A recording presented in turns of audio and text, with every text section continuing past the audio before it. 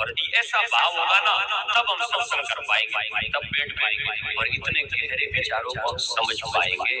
जहाँ कर ले सांवरिया ने याद शिवरो सिरजन हार।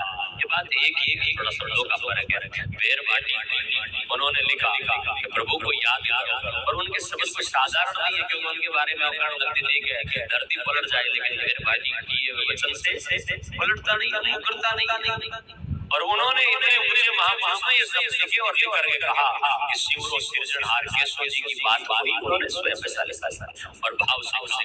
तो हमें परमात्मा का भजन क्यों करना चाहिए? बोले उन्होंने हमारे शरीर की रचना कराई है, और शरीर की रचना कैसी है?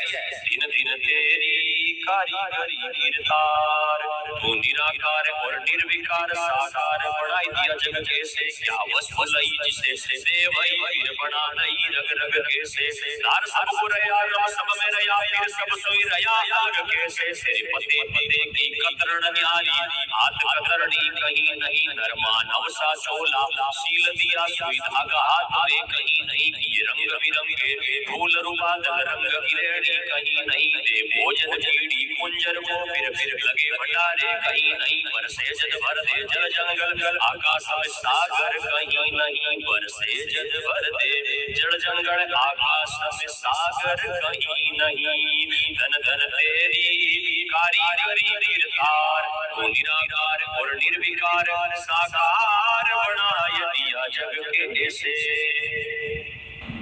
भगवान इसलिए मैं तेरा भजन कर रहा हूँ कि तू जमीन में से फूल निकालता है तो कहीं पीला, कहीं गुलाबी, कहीं लाल, कहीं सफेद, लेकिन मैंने तुम्हें रंग की बाल्टी लेकर के रंग भरते कहीं नहीं देखा।